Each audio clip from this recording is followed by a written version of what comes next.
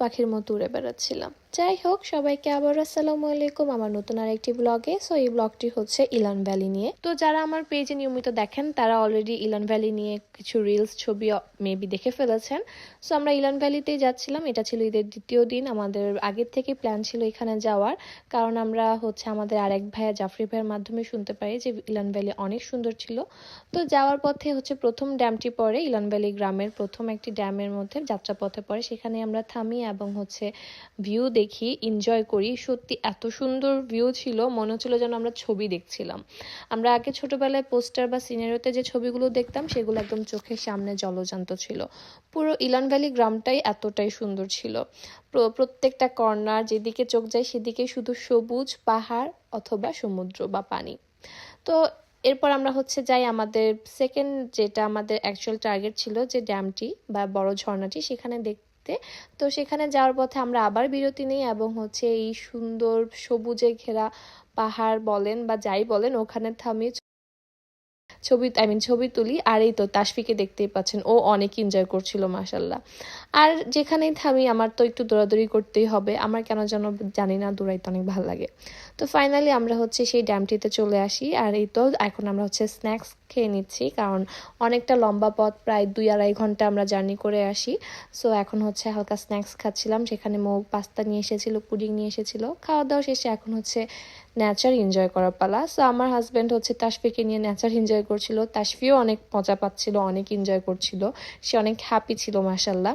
আর এই ছিল সেই বড় ড্যামটা, মানে সেই বড় ঝর্ণাটা বা বাঁধটা। আর এখানে এই যে আরেকটা ভেড়া, সরি মৌ হচ্ছে ভেড়ার বাচ্চাদেরকে দৌড়ানি দিচ্ছিল, তাকেও ভেড়ার মতোই লাগছিল। আর এই তো এখানে হচ্ছে ভিডিও নেওয়া হচ্ছিল, আমার জামাই ভিডিওগ্রাফি করে দিচ্ছিল। আর এই তো সবাই মিলে গল্প করছিলাম। অসম্ভব সুন্দর একটা ভালো দিন কাটে, দিনটা অনেক সুন্দর সানি ছিল। আর ওয়েদারও ভালো ছিল, খুব বেশি গরম ছিল না। আর নেচার বা ভিউ আমি কি বলবো সেটা আপনারা ভিডিওতে কম বেশি বুঝতেই পারছেন। অসম্ভব সুন্দর ছিল, মানে যে কারো মন ওখানে গেলে ভালো হবে গ্যারান্টি। এত সুন্দর ছবির মতো একটা গ্রাম। সো এই পুরো গ্রামটার নামই ইলান ভ্যালি। ইলান ভ্যালিতে মোট 6টা ড্যাম আছে। আর 6টা ড্যামের মধ্যে আমরা হচ্ছে 2টা ড্যামে যাই। প্রথমে একটা দেখলেন, আর এটা হচ্ছে সবচেয়ে বড়টা, মানে যেটা অনেক বেশি সুন্দর ছিল, সেকেন্ডটা। তো এখানে আমরা অনেক সময় কাটাই, প্রায় 2-2.5 ঘন্টা সময় কাটাই, কিছু গল্প করি, আড্ডা দেই, ছবি তুলি। তারপর এখন হচ্ছে আমরা ড্যামের উপরে, এতক্ষণ আমরা ড্যামের নিচের দিকে ছিলাম, এখন আমরা ড্যামের উপরে ওই ব্রিজটার দিকে যাব। সো দেখতে পাচ্ছেন মাশাল্লাহ মাশাল্লাহ এত সুন্দর, মানে কি বলবো, বলার ভাষা নেই। তো এটা হচ্ছে ড্যামের উপরে, মানে ব্রিজটাতে। এখানে দাঁড়িয়ে অনেক সুন্দর ঝর্ণা অনুভব করা যায়, গরিবের নায়াগ্রা ফলও বলতে পারেন। তো আকাশটাও এত সুন্দর ছিল ওই দিন, মেঘগুলো এত সুন্দর সাদা ভেসে বেড়াচ্ছিল। তো এই তো আমি একটু ভিডিও নিচ্ছিলাম।